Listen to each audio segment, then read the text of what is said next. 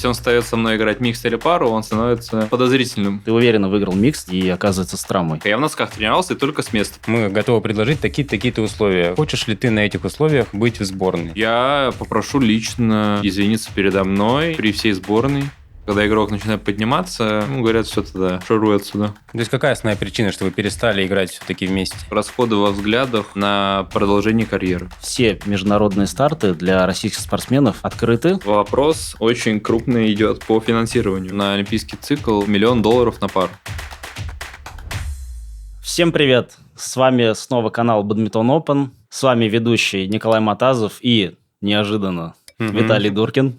У нас спустя год снова гость нашего подкаста Родион Налимов. Всем привет. Так, ну что, как у тебя дела вообще?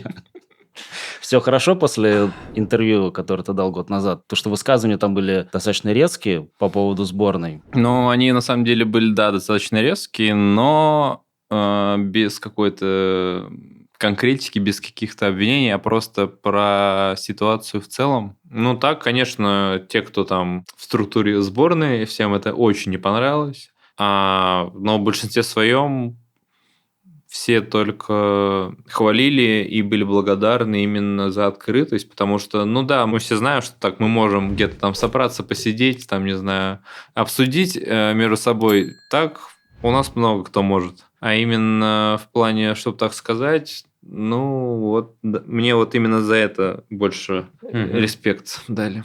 Конечно, после интервью перенимались попытки не заявлять меня на турниры, на Кубок России, на Чемпионат России, всякие угрозы федерациям. То есть прям какие-то угрозы были? Ну, да. Но из разряда угомоните там своего офигевшего человечка. Что-то он вообще уже берега попутал. Также были, ну, это опять же по моей информации, то есть попытки были и ходить в Министерство спорта Республики Башкортостан, тоже были. чтобы тебя потушить, да, так скажем, Ну, загасить немножко. Я думаю, да. Но все равно этот офигевший спортсмен приехал на чемпионат России потом и показал всем, как все-таки микс нужно играть. Выиграл чемпионат России. Ну, микст – это, скажем так, мой базовый разряд. Что бы я ни делал, но я его хорошо играю. А еще перед чемпионатом России у меня там какая-то непонятная травма случилась, что-то там Я помню. на генетическом каком-то что-то там уровне, не знаю. Так, да, я не знал вообще, что какая-то травма была, потому что ты уверенно выиграл микс свой, и оказывается с травмой. Вот Виталий, так как мы тренировались вместе, он прекрасно знает, что я весь месяц перед чемпионатом тренировался. Да, наверное, за неделю только начал в бегать. носках. Я в носках тренировался и только с места, потому что мне нельзя было воздействие на стопу и вообще типа прыгать и все вот такое. Называется вроде, если я правильно помню название, как-то типа болезнь Хаглунда. Хаглунда? Да. И, получается, мне написал там буквально за 1,5-2 недели связной, назовем его так, из Озона, попросил сыграть, так как была травма и прочее. Я говорю, ну, за результат не отвечаю, что там получится, то получится. Он такой, ну ладно, главное, просто сыграй. Я, соответственно, мы там за неделю, там, на 1,5, может, начал тренироваться уже там в кроссовках, начал пить всякие таблетки обезболивающие, противовоспалительные, чтобы как-то... Ну, ты прям чувствовал боль. Ну, конечно, мне было больно, да. И вот тоже весь чемпионат также я продолжал пить эти таблетки, и получилось так, что вот на микс меня на моем опыте и на всем остальном меня хватило, а на пару, к сожалению, на тот разряд, который я сейчас фокусируюсь и планирую, той моей физической форме не хватило. Друзья, приезжайте к нам на наши сборы. В апреле у нас пройдет Technical Camp на базе Солнечной на Оке с 17 по 20 апреля. С 9 по 18 мая у нас пройдет кемп в Таиланде, где мы посетим суперсерию Таиланд Open. С 15 по 22 июня пройдет кемп в Армении. С 28 по 31 августа Technical Camp на базе Солнечной на Оке. С 3 по 10 октября мы поедем в Турцию на сборы. С 11 по 14 декабря пройдет Technical Camp на базе Солнечной на Оке. Присоединяйтесь к нам. Давай еще немного про микс. Вот мы знаем, что ты играл не со своей постоянной партнершей, не с Алиной. Вы играли против друг друга в финале. Вообще, как это было по твоим ощущениям? И, сохранили ли вы какие-то все-таки дружеские отношения после этих игр? Ну, в любом случае, у нас, как бы мы там не ругались и прочее, мы играли вместе лет 14 точно. Долго играли, да. А перестали играть вы? Перестали играть мы после Кубка России в мае 24 года. После интервью, да, так можно сказать? Ну, Это уже чуть после. да. Ну, как игралось вот против своей партнерши? Мне игралось на самом деле легко, и я был уверен, и я знал, во-первых, я как никто знал все минусы и плюсы, потому что я с Алиной всю жизнь играл.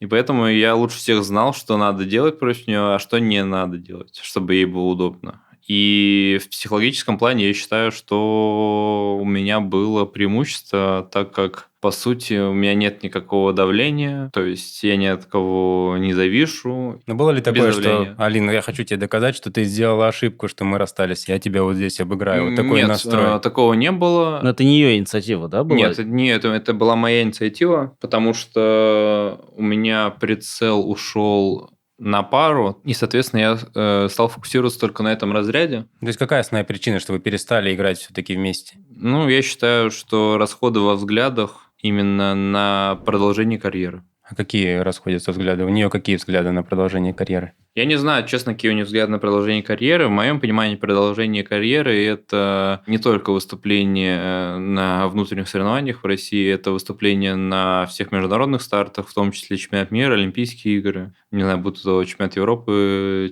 даже если вдруг там чемпионат Азии. Но для меня соревнования – это вот это. Ну, а Алина что хочет? Она не хочет играть в международные турниры? По-моему, это логично так, стремиться к международным победам, и стремиться выиграть что-то крупное. Опять же, чтобы... Тут тоже надо понимать, если ты профессиональный спортсмен, и в нынешних реалиях, если ты из России, и ты хочешь играть международные турниры, то так или иначе тебе нужно чем-то...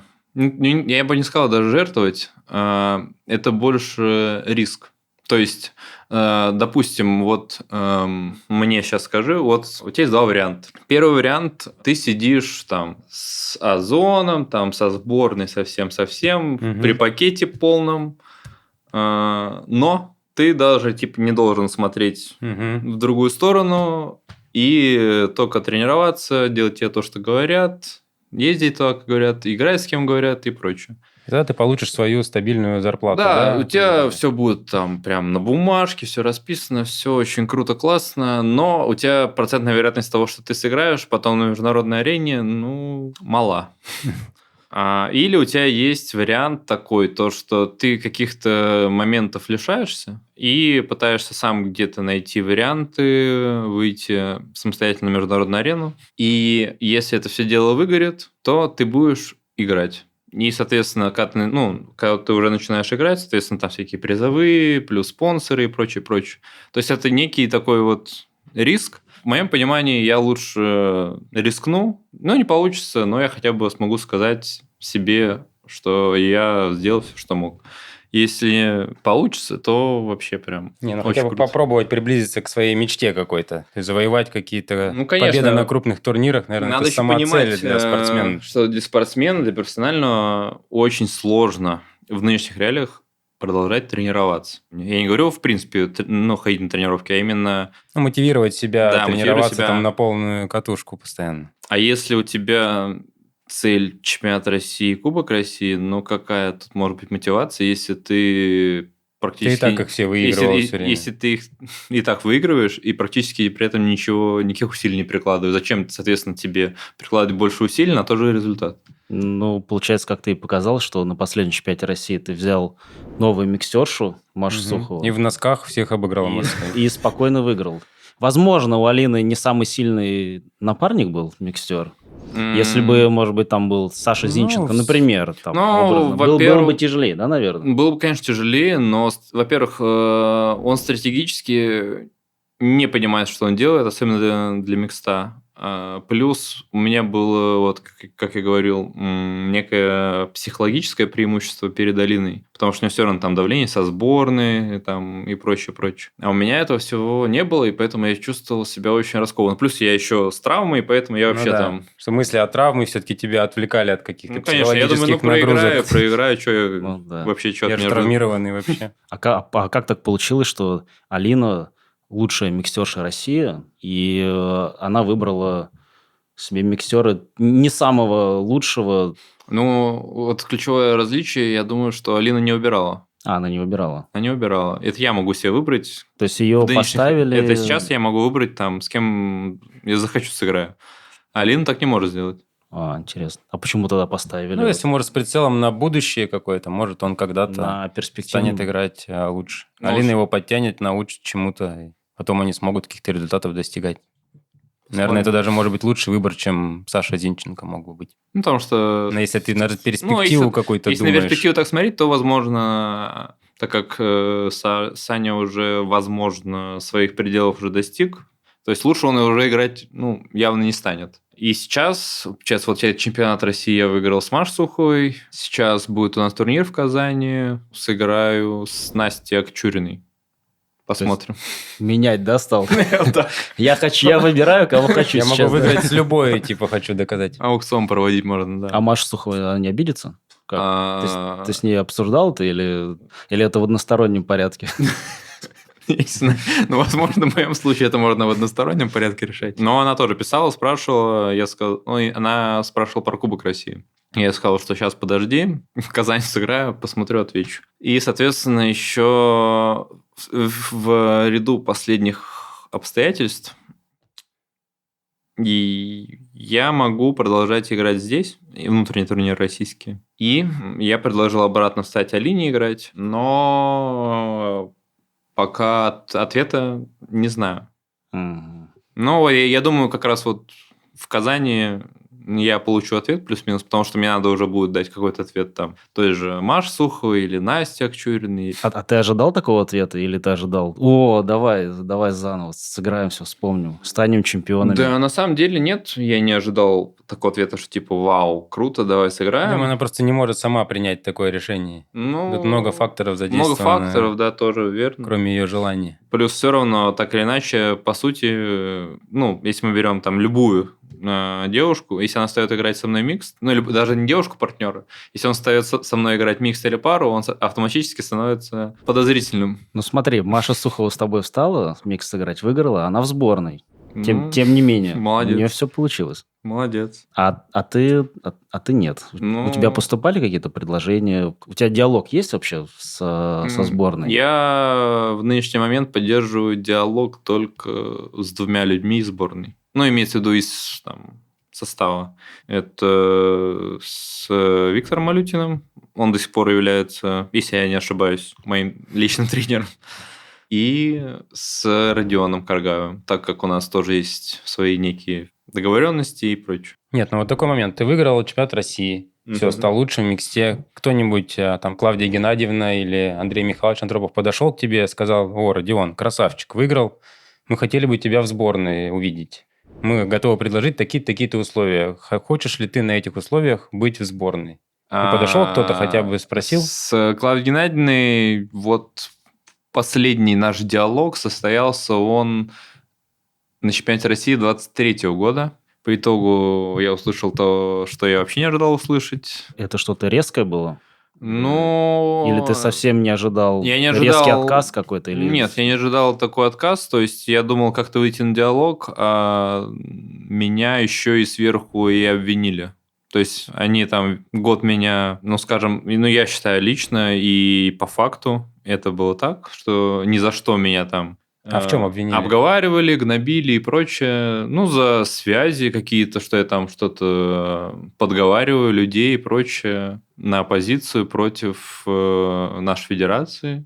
То есть ты подговаривал на улучшение условий, на улучшение условий Нет, сборной? вот в том-то и дело. В то время я ничего не делал.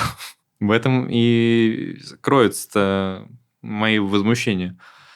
Вот. И на что мне там накинули, я сказал, ну, хорошо, раз так, типа, ну... В тот момент я еще был, получается, в спорт-роте, точнее, уже заканчивал ее. Вот. И потом, соответственно, когда я закончил спорт-роту, все мне предложили обратно в сборную. Ну, вот на том туре, по-моему, я это говорил.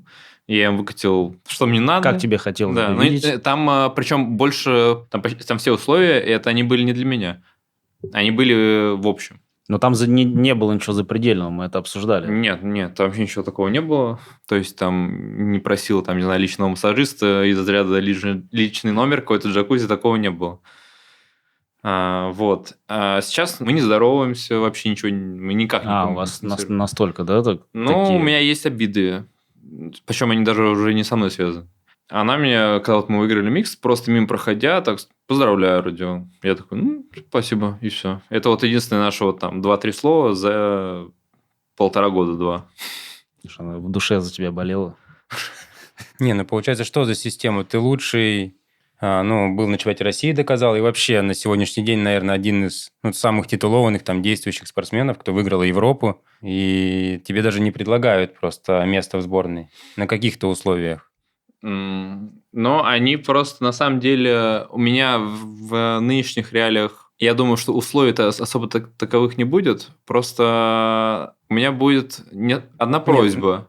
У меня, скорее всего, будет одна просьба, они прекрасно ее понимают, и они ни при каких обстоятельствах этого не сделают. Но мне кажется, спросить должны все равно.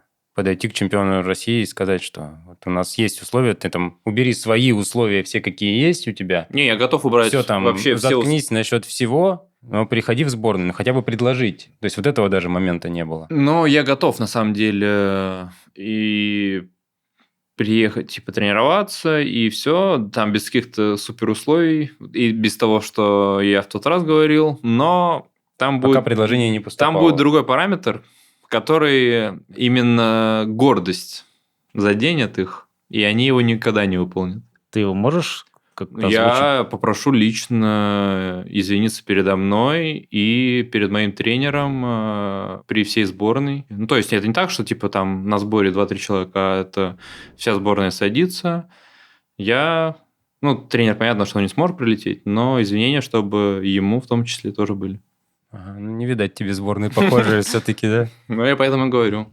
Да, но тем не менее вопрос формирования сборной, он такой остается открытый и непонятный. Ты для себя вот спустя год как-то понял, может, дополнительно, как вообще формируется состав сборной? Да. Мы много раз говорили, что нет прозрачной схемы формирования. Вот сейчас, когда после января месяца вышел новый список сборной на 25-й год, там просто... Все были в шоке, когда увидели его. Там все разорвалось, вот. И тоже все начали выяснять, как, чего, где, какие критерии и прочее. Насколько я знаю, единственный критерий попадания в сборную – это Совет Федерации. Или... Решение Федерации. Ну да, решение это все Федерация принимает, кого, чего брать. То есть чемпионство России не гарантирует тебе попадание в сборную. И даже чемпионство Европы, как мы понимаем, не гарантирует. Ну, Европу мы уже не берем, это все равно давно было. Наш министр спорта текущий сказал, что сейчас все международные старты для российских спортсменов, они уже открыты. Если до этого были запреты, но сейчас можно выступать под нейтральным статусом, как мы выяснили, и федерации, и, в принципе, Министерство спорта, оно поддерживает и даже одобряет, и готово оплачивать эти поездки. Как сейчас обстоит ситуация в бадминтоне? Ну, сразу скажу насчет того, что будет ли оплачивать министерство или нет данные там мероприятия, поездки и прочее. Это очень сложный вопрос, и это надо прям вот туда ходить, целенаправленно узнавать, потому что так информацию тебе никто просто не даст. А что касается заявления, да, это было в декабре месяце. 13 марта у нас запускается наша процедура перехода с Максимом в нейтральный статус. Вы единственные. Да, мы единственные, поэтому тоже этот процесс был такой непростой, потому что из Международной Федерации они сами еще не понимали, как чего делать, потому что мы первые, кто в бадминтоне так переходит, то есть они не понимали, как Мгм. как принять документы, куда нам их отправить. Но все, мы разобрались за несколько вот месяцев. Но вы сами разбирались в федерации, никто не помогал вам это. Да, это в моем случае это прям вот было мое главное условие. Ну, не то, что условие, я прям вот спрашивал, можно ли это все сделать там без участия нашей федерации. То есть, ну, обычно это если там какой-то... Ну, это, опять же, это не переход, это мы просто также остаемся в нашей федерации. Мы также продолжаем здесь выступать на турнирах. Но при этом у нас будет возможность выступать на международных турнирах. И обычно при таких всяких документах требуется печать федерации, ну, соответственно, подпись и прочее. Я еще когда там в 22 году вышло первое положение о нейтральном статусе, спрашивал, как там обстоит процесс перехода и прочее, прочее. Там было основное условие, что вот нужно поставить печать и подпись президента федерации. Потом там прошло еще где-то полгода, я спрашивал, типа, может быть, есть какие-то там другие варианты. Что мне сказали, мы сейчас работаем над этим вопросом, подумаем. Вот. И когда вот сейчас мы оформляли все документы, они вот как раз сказали, что печать не нужна, подпись не нужна. То есть вот у нас с вами личный контакт, все, вы нам все документы отправляете, мы с вами все обговариваем. И решаем. Федерация никак не участвует там, да? Только это между тобой и Международной Федерацией. Да, это между спортсменами и Международной Федерацией. И самый плюс то, что уже после перехода, потому что это тоже очень важный момент. Вообще у нас как заявки происходят? Только федерация, неважно там, с какой стороны, только она может отправлять заявки на турнир. И это, соответственно, очень большая проблема. Угу. И я тоже этот момент спрашивал, как нам это решить и прочее. Соответственно, если там призовые деньги, то это тоже все переходит на счет федерации и прочее, прочее. В этот момент мы тоже весь утрясли. И мне, и Максиму будет выделена каждому индивидуальная почта из разряда как... Выделена линия прямо с Международной Федерацией. Из разряда как в теннисе. У нас будет личная почта, с которой только с нее мы можем подавать заявки на участие в международных турнирах. Также мы будем обязаны предоставить им банковские реквизиты, чтобы они перечисляли туда все призовые деньги. Ну, это получается лучше, чем было. Сразу тебе напрямую все приходит, минуя федерацию. С одной стороны, да, но, опять же, вопрос очень крупный идет по финансированию. Я когда делал плюс-минус смету на там, 3-4 года на турниры, сумма на пару не маленькая выходила. Примерно это порядок какой-то? Примерно это вместе с всеми нынешними ценами, и это не бизнес-класс или какие-то там люксы и прочее, это на 4 года на олимпийский цикл $1 миллион на пару. Если получится так, что федерация как-то не будет финансировать это, или они как-то с Министерством спорта договорятся, скажут, нет, вы этому Родиону не давайте денег, он плохо себя ведет. Как-то ему удастся какие-то палки в колеса вставить. Как быть тогда?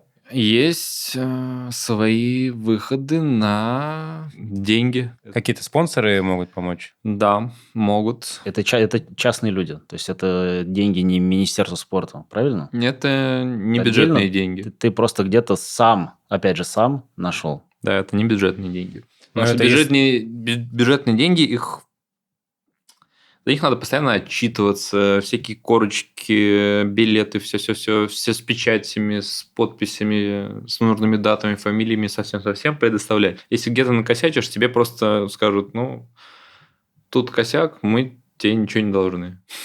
Ну ладно, за $1 миллион можно с печатями повозиться все-таки. Вообще Министерство спорта должно все-таки финансировать. Кажется, тем более сейчас министр спорта за то, чтобы участвовали в нейтральном статусе. Наверное, надо у них деньги как-то эти выбивать. Можно сходить, поговорить. А сколько процесс этот займет времени, они говорят, Международной Федерации? Я общаюсь с юристом Международной Федерации, и так как это юрист, он всегда называет мне... По максимуму. По максимуму крайнюю. В итоге, после промежутка времени, то, что мы общались, я понял, что от 4 месяцев, то есть вот с момента, когда там все документы поступят и оплата, от 4 месяцев до года я занимаю процесс вот этот вот. Блин, то есть еще 4 месяца ждать, пока мы вас увидим, да, где-то? Ну, это минимум. А так-то, наверное, на год надо рассчитывать. Что там делать-то так долго? До года? Что там целый год делать с этим статусом получения? Ну, это в любом случае лучше, чем ты просто вот сидишь, что-то там играешь, ничего не делаешь, ну, не заботишься ни о чем, у тебя все круто, классно. Ну вот ты узнал, что да, у вас будет возможность в нейтральном статусе играть. А прибавило ли тебе это как-то дополнительной мотивации? Стал ли ты еще больше тренироваться с удвоенной силой? Ну, Это- вообще, что изменилось в твоей там Это я могу... спортивной подготовке, когда ты все-таки почувствовал, что я смогу на международной арене опять играть? И вообще, ты вот 2 года не играл, готов ли ты опять вернуться? Как тебе кажется? Ну, я могу этот вопрос переадресовать тебе же. Так я поэтому и говорю, что давай-ка еще больше тренироваться. Я поэтому и хотел. Давай, Виталь, готов ли Родион сейчас Не, ну ладно, выступать на подожди, нет, вот международных так турнирах? как ну, ты присутствуешь при тренировочном процессе, при всем, можешь ли ты сказать, что что-то изменилось? Ну, по крайней мере, что ты похудел, я вижу, что ты стал быстрее на корте. Но я за то, Пытаюсь. что можно даже еще больше тренироваться. Сейчас недостаточно, да, Родион тренируется? Ну, можно, Можно добавить. конечно, индивидуально прийти, что-то поделать, там, какие-то нюансы подправить еще. Но Ну, на международном тяжело играть будет. Все-таки Ну, там конечно. ЧСОХ там ничего играют сейчас. Ну и плюсом, конечно, я все-таки базовый микстер, поэтому по факту так как играть пару на высоком уровне я не знаю. То есть мне этому надо будет учиться. Ну, Поповы тоже не знают, они вообще, Поповы, судя, блин, ну... что они говорят, только одиночку тренируют, Да, а да. ни пару, ни микст. Я его вообще, вот честно, не расцениваю Поповых как парников. Вот кто бы мне что ни говорил, хоть они там чемпионы Франции, хоть они там что-то... Но они в Вот 20-ке финал мира, German Дред. Open Да, на прошлой неделе. Хоть они там в финале German Open на 300-ке, вот нет. Я играл сам, я сейчас сам играю против Томы пару, нет, не парник он. Ну, против Тома ты микст играл, проиграл. Проиграл, но у меня обстоятельства некие. Микстерша подвела. Нет, нет. С миксершем мы просто, ну, не скажу, что поругались с Ламберт, мы просто такие, типа, я говорю, иди на сетку, она такая, я не пойду. Иди ты, я говорю, ну, я тоже не пойду. А как? Как-то... Так А что она только хотела? пару Она играет, только она пару все время играет, назад да. лезет. А. Я тоже посмотрел эти матчи. Кстати, крутые были трансляции оттуда. Она когда тоже, ты кстати, нам чемпионка постил. Европы, вот нынешняя в паре. И поэтому тоже у нее свои амбиции, эго есть, и нам сложно с ней коммуницировать. Непонятно, почему ты Поповых не рассматриваешь в паре. Они сейчас 19-е в мире. 19-е. 20-ка это прилично. Ты их не рассматриваешь. Нет. То есть настолько... То есть они как бесшабашно, да, играют? Ну, это одиночная игра, это вообще не про пару. То есть, понятное дело, что они в любом случае, так как они ее играют, они сыграют лучше, чем, допустим, там встанет в пару Аксел с Сантосом. Да, они лучше них сыграют. Но именно как базово парников нет. Интересно было посмотреть. А я вот думаю, Аксель Антонсен поборется Не, против Поповых. А вот с Максимом свои силы как ты оцениваешь против них? Против Поповых? Да. Ну, если так брать, 40/60. Ну, Максиму надо поиграть на таком Максиму уровне. надо еще поиграть, всё-таки он тут даже почувствовать. дело не в понимании парной игры, а в принципе именно игры высокого уровня. Он еще не знает этого, пока что. Ну, то есть время надо. Да.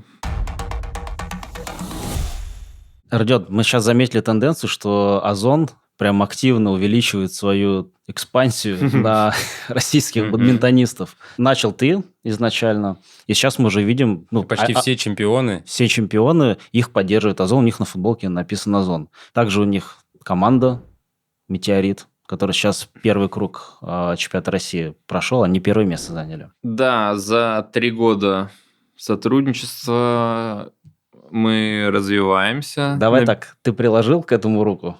Так как ты первый амбассадор был. Ты как-то говорил, а давайте еще. Нет, но я все равно так или иначе участвую и обо всех процессах все это знаю и тоже заинтересован, соответственно, в развитии Озона и направлениях. Конечно, очень многим у нас занимается известно кто. Катков Алексей. Он продвигает эти. Он продвигает эту идею. Получается, что с 25-го года у нас пополнение в команде, и сейчас у нас получается в составе амбассадоров Анастасия Алимова, Евгения Косецкая, Алина Давлетова, Сергей Сирант, Артур Печенкин и я.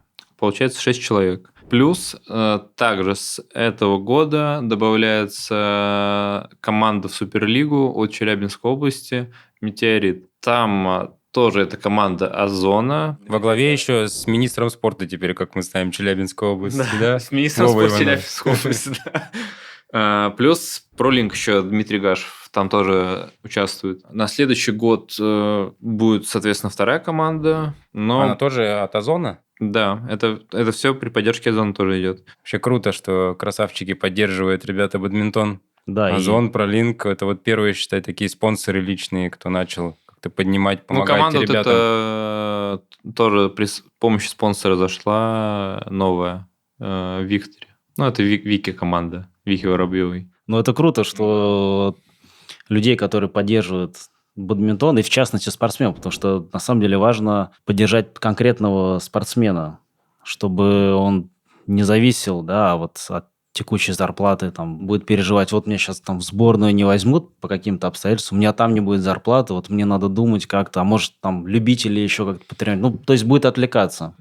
Все равно, это мое личное мнение, что так или иначе, вот мы сейчас новых ребят добавили, там, Серегу, Алину, Артура, у них все равно финансовое состояние получше стало, и именно ресурсы, которые никак не зависят от федерации, то есть федерация на это влияние вообще никак не имеет. И, соответственно, они как-то себе руки чуть развязали и стали в этом плане посвободнее. Но, опять же, тут уже кто как будет пользоваться этими возможностями. Но все равно направление, оно правильное. И... Направление, я считаю, что правильное в первую очередь того, чтобы строился именно диалог со спортсменами, а не диктатура. То есть, когда спортсмен уже может что-то в ответ предоставить, свое там фи сказать, уже он что-то там, у него какие-то есть там запасы или прочее, тогда уже с ним тоже нужно поговорить. Просто когда доходит до разряда, что когда игрок начинает подниматься, ему говорят, все тогда, шуруй отсюда. как раз это твой случай. Что и я получилось. начал слишком много возмущаться. Но я, в принципе, всегда постоянно ругался. Но просто так, как мне оплачивали турниры и платили зарплаты, я как-то это смягчался. Так как ты считаешь, вот текущий тренер сборной Клавдия Геннадьевна, она как-то подходит на сегодняшний момент, или она уже все отдала? Смотря для кого. Смотря для кого, да. Но опять же, как, я не знаю, как тренер, не уверен, что я ее рассматриваю. Как хорошего какого-то там, возможно, руководителя, который там заполняет документы и прочее, возможно, да. А как тренер нет. Просто опытные игроки, кто уже давно в сборной. Мне кажется, уже там у нее есть хорошие идеи, есть хорошие мысли, но они их уже взяли все. То есть там для молодого поколения, да, она там дает что-то. Но там здесь уже, чтобы расти дальше, нужно что-то другое. Все уже взяли, все ее знания. Вот такой еще хотел вопрос задать. Я уже не часто тут ездил на турниры в последнее время, но говорят, что теперь важно играть валанами Fly Power. Мы все время на тренировках об этом разговариваем, что вот мы приедем, будем играть Fly Power, тренируемся тут Yonex. И сейчас обязывают всех играть Fly Power. Так ли это? Сейчас есть, я точно не знаю, я просто за этим не слежу. Там есть определенный список, как список ГОСТа для валанов в России. И все ЦСП, ШВСМ и прочие обязаны покупать по тендерам только валаны из этого списка. То есть другие валаны они не могут купить. Yonex... Все это федерация такой закон сделал. Да. Yonex сейчас находится не в этом ГОСТе. Я точно знаю, что в этом ГОСТе находится Fly Power, как мы уже сказали, Apax, Техника, по-моему, еще Ленинг. Я слышал, что вообще не разрешают никакими играть, только Fly Power. Сейчас уже как-то за этим контроль ужесточается, я не знаю. Ты не можешь приехать на турнир и сыграть одними из лучших валанов в мире Yonex. Тебе говорят, нет, ты должен сыграть Fly Power. Как, кстати, этот валан? Мы им не тренируемся никогда, как он вообще? Достоин ли быть? По сути, это будет не цензура, поэтому я могу сказать это открыто. Это говно. Вот я говорю, это говно, валан. Поддерживаю, играл как-то. Там в одной коробке могут быть разные вообще валаны. То есть, один может быть быстрый, который сминается. Другой может быть, который вообще не то, что не ломается, он не мнется, он, наоборот, пушится, только больше становится и вообще не летит никуда. Бывало ли такое, что ты брал новый валан Fly Power и бил смеш, он складывался? Да он какие только не складывал, на самом деле. Тут любой Yonex не сложишь? Не сложу, нет, конечно. Fly Power, про который я говорю, там еще есть новый уровень. Там есть паленый флайпауэр. Это вообще просто пипец. Это флайпауэр-то обычно это говнище, а паленый это вообще все. А как не нарваться на паленый? Вот если я точно помню, по-моему, оригинальный флайпауэр, он такой типа темно-синий. Там этикетка темно-синяя внутри. А паленый там такая голубоватая внутри. А вот которая голубоватая, это вот как раз ты бьешь, у тебя валан... Ну, у меня с одного, там, с 2 ударов, все, он там в стуле в тренерский летит сразу. То есть в федерации есть какой-то интерес продвигать именно этот валан, получается? Раз он такой... Ну, федерация дерьмовый, монополист по продаже флайпауэра. То есть флайпауэр ты можешь только там купить, получается. Ты обязан играть флайпауэром и купить только вот в этом месте. Я знаю, что флайпауэр, валаны, вроде бы вообще все валаны проходят только через федерацию, и уже они там каким-то посредникам и прочим продают. Соответственно, они ценник поднимают и прочее, прочее. Ну, ценовую политику мы не знаем, может, они и дорого покупают. Ну, может, дорого покупают, да. Ну, тут скорее нет. Ну, странно, да, максимально странно, что федерация ставит базовые валаны, ну, такие как флайпауэр, которые, ну, очень плохого качества. Так причем даже на турнирах, где ты можешь играть своими валанами. То есть много турниров, где игроки привозят свои валаны. Их обязывают. Самое вот мне непонятное, хорошо, вы обязываете играть этими валанами. Тогда предоставляйте их. Так на всех турнирах. Если есть какой-то там, не знаю, спонсор... Титульный спонсор турнира, да? Титульный спонсор турнира, допустим, флайпауэр, валаны предоставляют. Если нет... А сейчас ты приходишь купить к судейскому столику или где там... Ты приезжаешь, где турнир, где играют со своими валанами, и обязан купить именно флайпауэр. Ты не можешь своим Йонексом играть, который там... Ну, а там, получается, образно говоря, там федерация продала посреднику своей наценкой, посредник потом еще тебе с своей наценкой, потом еще на турнире тебе еще свою наценку накинули, и у тебя, получается, лучше бы ты вообще на турнир не приезжал.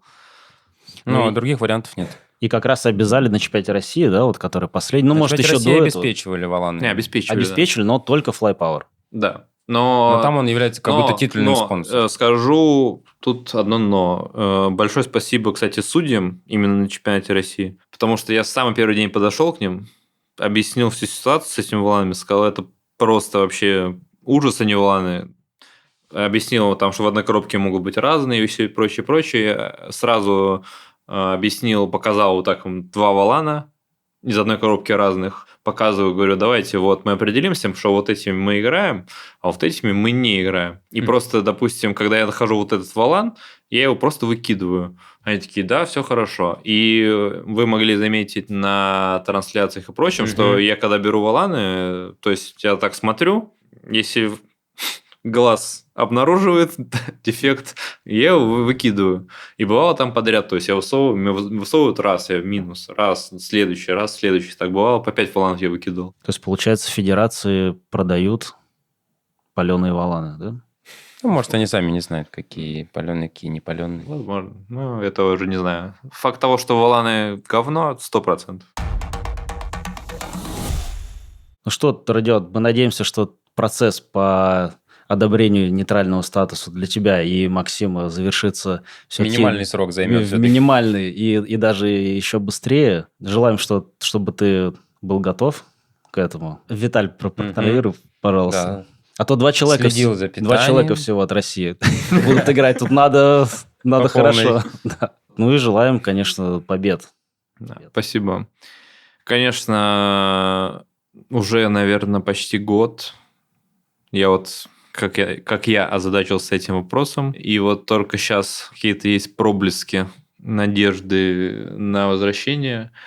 И очень много сил, и очень много людей подключено к этому было. И надеюсь, что все получится. Получится. И не давай буду повеселее я... как-то. Да. Нет, потому что это для меня прям уже очень важно. Конечно, это не... Вот, если мы получим нейтральный статус, это не будет прям все победа. Это только начало пути будет. Но это будет самая сложная часть. Потому что если у тебя есть только одна цель, и ты тренируешься, там, не знаю, ФП, СФП, и ты больше ничем не занят, это легко. А когда тебе нужно параллельно думать там о каких-то деньгах на квартиру, о каких-то вопросах о переходе куда-то, чего-то, клубы, нейтральный статус, там у тебя голова начинает кипеть. Тебе И постоянно какой-то ищ- расфокус Да, получается, тебе получается с одного места, ну, как в этом, везде с документами, ты приходишь, там, говорят, получи справку, тебе говорят, ну, круто, мы эту справку не выдаем, вам надо там в следующий кабинет.